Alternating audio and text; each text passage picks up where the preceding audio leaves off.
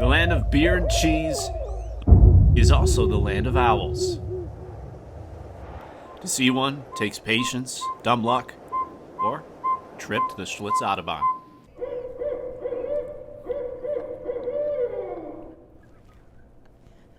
I'll let Perseus talk for us. Lindsay Obermeyer is the Raptor Program Director at the Schlitz Autobahn and has dedicated her entire career to helping the public learn and interact with these animals. One of my favorite sounds in the world is the hoot of a great horned owl at night. When everything is quiet and dark, and then off in the distance you hear like that faint hooting. It's my favorite sound. The dead of winter is when owls are nesting, and it's one of the best times to even notice them in the first place. Kind of like if you look close, this great horned owl way up there.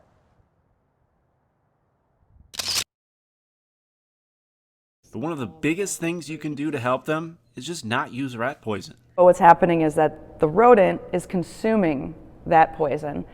It's not killing the rodent immediately. It actually just slows them down. And then what happens is that our predators, like our owls, see that slow-moving prey as a quick, easy meal. They consume that and thusly are consuming the poison, getting the poison in them, and then they're dying from it. Indoor cats can make a great alternative as long as they're not as lazy as my cat Coors. One thing that we love to tell people is like a family of owls can consume thousands of mice in a year. So rather than using poisons, you actually kind of want owls to come in and they will take care of your rodent problem for you. Another thing you can do is plant native trees and plants in your yard and just let them get old. They like to have bigger trees with cavities to nest in. But what if you don't have big trees yet? You can actually build a nest box and install it on your property. And by doing that, you are actually providing that cavity that a lot of our owls do need to nest in. Wisconsin is incredibly lucky to have so many owl species right here in our own backyard. 7 annually call Milwaukee home. A snowy migrates here from the Arctic in winter and is the heaviest of our owls.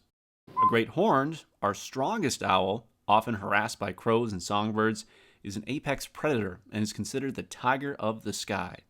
A barred stays near water, is a nighttime specialist, and is my personal favorite. The short-eared lacks those typical tufts you see on the owls' heads and can be active during the day. The long-eared can form small colonies in winter. A screech is highly adaptable to many habitats and occupies nest boxes when possible. And lastly, a sowet prefers conifer habitats such as pine trees and is our smallest and probably our cutest owl. Each plays a vital role in Wisconsin's ecology.